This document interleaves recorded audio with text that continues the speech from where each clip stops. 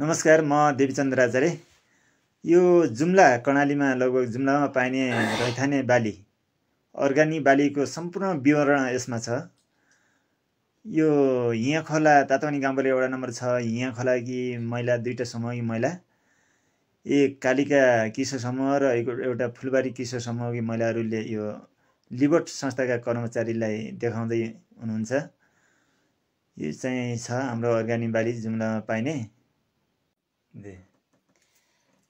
नमस्कार, मेरो नाम देवीकन्या आचार्य, तातापानी गाउँपालिका वडा नम्बर 6 कालिका किशोर समूहकी म अध्यक्ष। यो रैथाने अर्गानिक बाली भन्ने छ। रैथाने बाली भनेको कस्तो किसिमको बालीलाई रैथाने बाली भनिन्छ? रैथाने बाली भनेको हाम्रो पुर्खादेखि लगाएको हाम्रो डाँडा पाखा जता पनि हुने हाम्रो त्यो बाली सुहाउने हाम्रो जुम्लामा हुने त्यो रैथाने बाली भनिन्छ। अनि अर्गानिक बाली भनेको अर्गानिक बाली भनेको कुनै पनि औषधि त्यो प्रयोग नगरेको, विषालु चिज केही पनि प्रयोग नगरेको, हामीले त्यो विषालु चिजको हामीले नामै नचिनेको, हामीले हाल्दा पनि हाल्दैन, हामी त्यो बारेमा हामी चिन्दा पनि चिन्दैनौँ, नचिनेको हाम्रो रैथाने बाली भनिन्छ। जो विषादी प्रयोग गरेको र नगरेकोमा के फरक छ? जस्तै विषादी प्रयोग गरेको खानु मिल्छ कि मिल्दैन? स्वास्थ्यको लागि कस्तो छ? विषाले प्रयोग गरेको त स्वास्थ्यको लागि एकदम खतरा हो नि।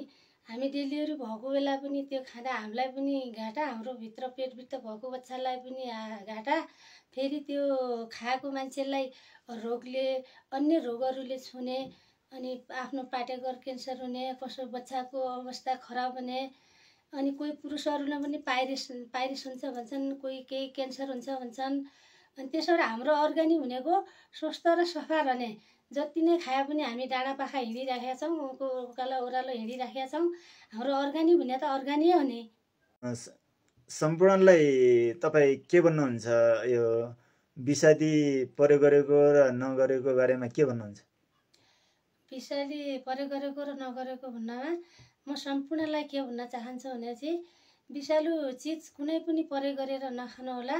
हाम्रो रैथाने बाली सबैले त्यो संरक्षण गरौँ, सबैले प्रयोग गरौँ।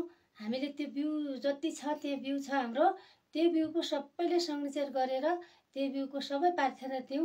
हाम्रो पालिकाले पनि, गाउँपालिकाले पनि, सङ्घ संस्थाहरूले पनि हामीले त्यही दिनुहोस् भन्ने प्रार्थना गर्छौँ। सम्पूर्ण जुम्लामा पाइने रैथाने बालीको नामहरू फुलबारी समूहकी अध्यक्षले भन्नुहुनेछ। छुटेमा पनि कमेन्टमा लेख्नु होला, लाइक सेयर गर्न नभुल्नु होला। नमस्कार। आफूले उत्पादन गरेको रैथाने बाली, अर्गानिक बाली टोटल सिम्पल देखाउन लाग्नुभएको छ। समूहकी महिलाहरू, संस्थाका कर्मचारीलाई देखाउन लाग्नुभएको छ।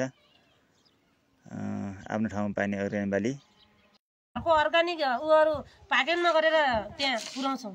यो जुम्लामा भएको टोटल अर्गानिक बाली यहाँ छ? के त यसको नाम के हो? यसको नाम चिनो हो, चिनो।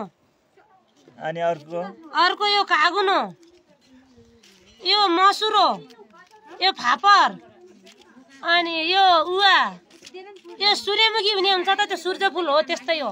यो ओखर, यो पालौरो, अनि यो अलास, अचार खान मिल्छ यसलाई। यो पनि त्यस्तै अचार खान मिल्छ, अनि तेल पनि आउँछ यसको, अनि मिसेर खानुपर्छ तिलपुरो। अनि यो कालो बोडे भन्ने चाहिँ त्यो तरकारी खानेवाला हुन्छ त ठुलो हो त्यो। अनि पहेँलो सिमी, रातो माले सिमी, यो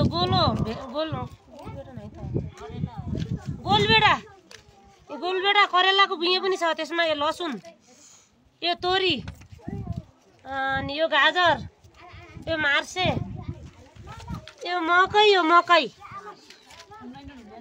यो स्थानीय कला, भाँगो, सेतो ठुलो भट्ट, अनि गहत, यो सानो भट्ट, यो गुरस, अनि यो कालो सानो भट्ट, यो बन्दा, यो जोता, यो के अरे भिँडा, यो साग, यो खुर्सानी, यो आलु,